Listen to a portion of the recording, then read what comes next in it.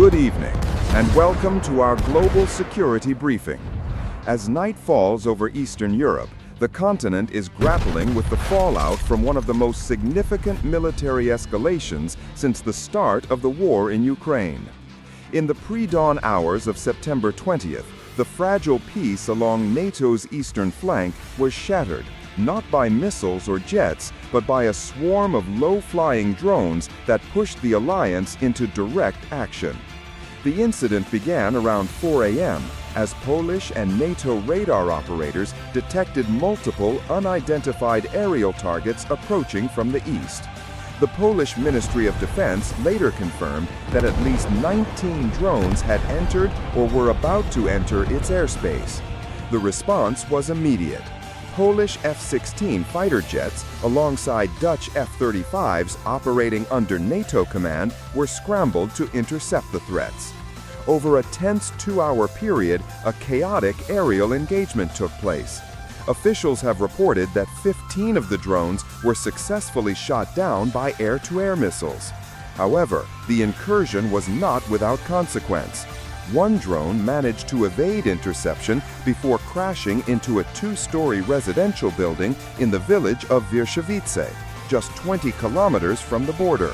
While the crash caused significant structural damage, authorities have thankfully confirmed that there were no human casualties. In the aftermath, a storm of diplomatic accusations has erupted, with Warsaw and Moscow presenting starkly different realities. The Polish government has condemned the incursion as a deliberate and calculated act of provocation, designed to test the alliance's reaction time and resolve. Prime Minister Donald Tusk swiftly moved to invoke Article 4 of the North Atlantic Treaty, a formal step that calls for emergency consultations among all NATO members when one of them feels their security is threatened. In Brussels, NATO leaders expressed ironclad solidarity with Poland and announced the launch of Operation Eastern Sentry, a new mission to immediately bolster air defenses along the entire eastern flank. However, Russia's Ministry of Defense has firmly rejected these accusations, offering a completely different narrative.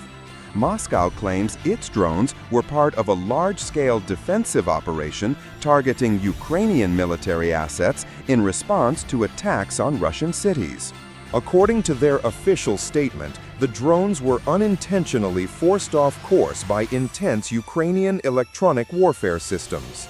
They describe the incident as a technical accident caused by Kiev's actions, drawing parallels to a 2022 incident where a Ukrainian air defense missile landed in Poland.